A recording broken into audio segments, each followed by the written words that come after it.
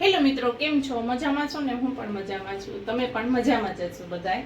તો આજે અમારે રસોડે અમે ક્રિસ્પી એવા બટેટાના ગાંઠિયા લઈને આવ્યા છીએ. તો તમારે માટે એક નવી જ રેસીપી છે ને તમે ડબ્બા ભરી ભરીને બનાવશો ને તોય પણ ઓછા પડશે એવા આપણે બટેટાના ક્રિસ્પી બનાવવાના છે ગાંઠિયા. તો એની માટે જો બટેટા બાફીને ઠંડા કરી લીધા છે, તો આપણે આ ખમણી છે ને, આ ખમણીથી આપણે ખમણી નાખશું બટેટાને. સારે બટેટા આપણે ખમણી નાખશું. આપણા બટેટા ખમણાઈ ગયા છે, ખમણીને જ લેવાના, એટલે આપણે મશીનમાં નાખીએ ને તો એમાં શું છે, ગાંઠિયા જલ્દી આવે, સરખા આવે, એક સરખા. જો આપણે આ બાઉલ ભરીને બટેટા લીધા છે, માપ રાખવાનું એક સરખું જ તે માપ. તો આ જો મોટો વાટકો છે ને, એ જ 2 વાટકાના આપણે માપે ચણાનો લોટ લીધો છે. તો પહેલા આમાં મસાલા કરી દઈશું. આ ચાટ મસાલો છે 1/2 ચમચી જેટલો, ને આ ગરમ મસાલો છે એ આપણે નાખી દઈશું. પછી આપણા રેગ્યુલર મસાલામાં હિંગ 1/2 ચમચી હિંગ લેશું, ને 1-1.5 ચમચી જેટલી આપણે લાલ મરચું નાખશું. ધાણા જીરું નાખશું 1/2 ચમચી, ને 1/2 ચમચી હળદર નાખશું. મીઠું નાખશું આપણે સ્વાદ પ્રમાણે. આપણે શું છે કે બટેટા બાફવા મૂકીએ ને ત્યારે આપણે થોડુંક નાખ્યું હતું, એટલે આપણે લોટના ભાગનું જ નાખવાનું છે મીઠું. ને આમાં આપણે લસણ થોડુંક ખાંડી નાખવાનું. લસણને ખાંડીને લેવાનું છે, એકદમ હાવ ઝીણું આમ ખાંડી નાખવાનું, હાવ પેસ્ટ બનાવી નાખવાની. ને પછી એને આપણે બધું મિક્સ કરી દઈશું.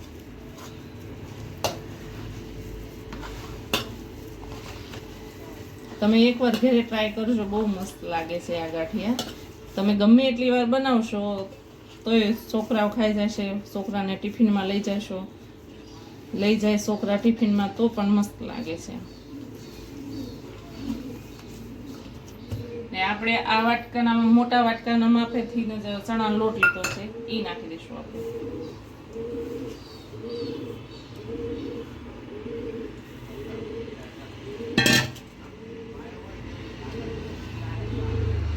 બધું મિક્સ કરી દઈશું.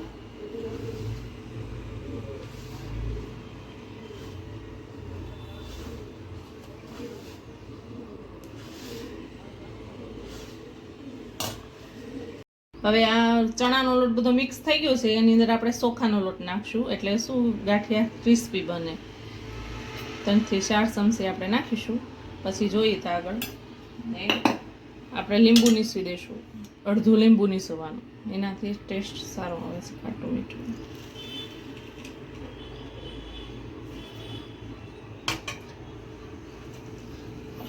ને એવું લાગે તો થોડું થોડું પાણી નાખતું જવાનું, કડક બહુ લાગે તો.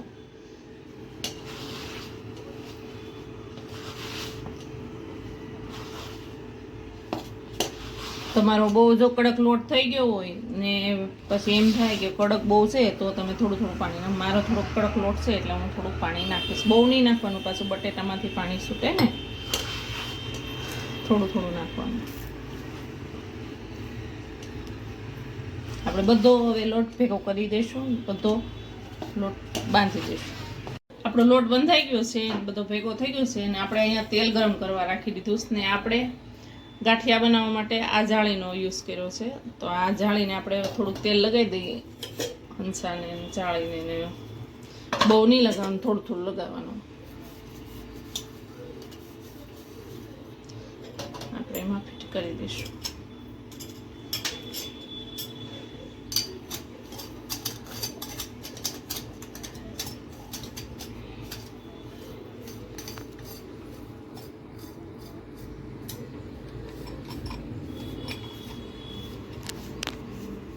આમાં આપણે લોટ ભરી દઈશું જેટલો હોય ને.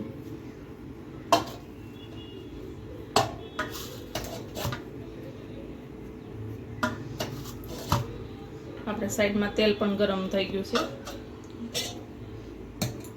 આપણે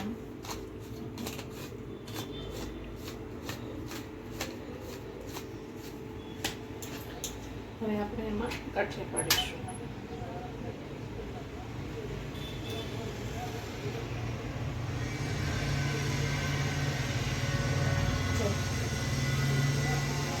એક રાઉન્ડમાં જેટલા આવે એટલા નાખવાના, જેટલું તમારું તેલ લીધું હોય એ પ્રમાણમાં.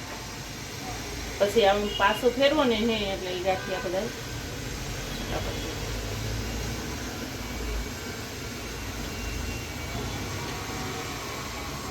હવે એને આપણે જ્યાં સુધી ઉપર બબલ્સ આવતા હોય ત્યાં સુધી નહીં હલાવવાના, નકર ગાંઠિયા આપણે બધા છૂટા પડી જશે. બબલ બેસી જાય પછી આપણે હલાવવાના એટલે છૂટા છૂટા થઈ જાય. જો બબલ ઓછા થઈ ગયા ને હવે આપણે પલટાવી નાખીશું.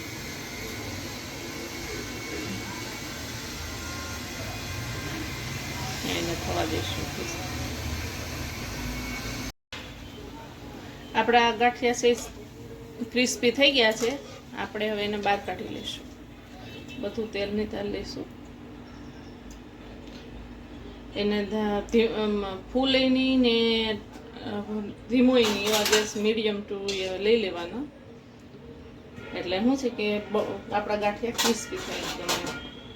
હવે આપણે બીજા આવી રીતે પાણી નાખશું.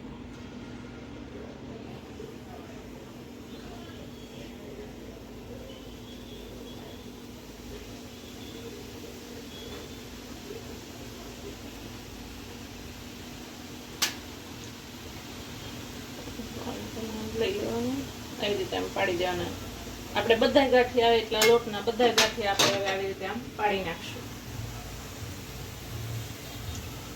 આપણા બધા ગાંઠિયા છે એ બધા તળાઈ ગયા છે ને હવે જો કેવા મસ્ત થયા છે ને ક્રિસ્પી કેટલા છે. જો ને જો અવાજ હું તમને સંભળાવું. જો થયા છે ને એકદમ ક્રિસ્પી.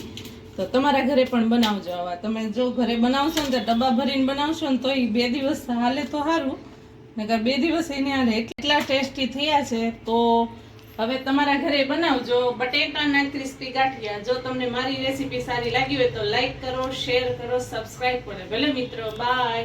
ડબ્બા તમારા ઘરે બનાવજો પાછા આવા. ભલે મિત્રો બાય.